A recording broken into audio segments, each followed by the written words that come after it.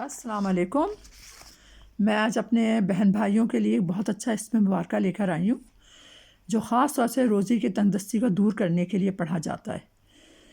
اس اسم مبارکہ کے پڑھنے سے رزق کی جو تنگدستی ہوتی ہے، گھر میں حالات سم ٹائم ایسے ہو جاتے ہیں کہ روزی کی بہت زیادہ تنگی ہو جاتی ہے اور گھر والے پریشان ہو جاتے ہیں، تو اگر ہم اس مبارکہ کو 313 مرتبہ دن میں کسی وقت بھی بیٹھ کے باوضو اگر پڑھیں گے تو ہماری روزی کی جو تنگدستی ہوگی وہ اللہ پاک دور کر دے گا۔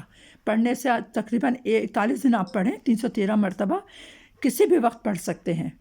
اس میں کوئی ٹائم کی پابندی نہیں ہے، بس یہ ہے کہ تھوڑا سا یہ خیال رکھیں خشوع و خضوع کے ساتھ پڑھیں۔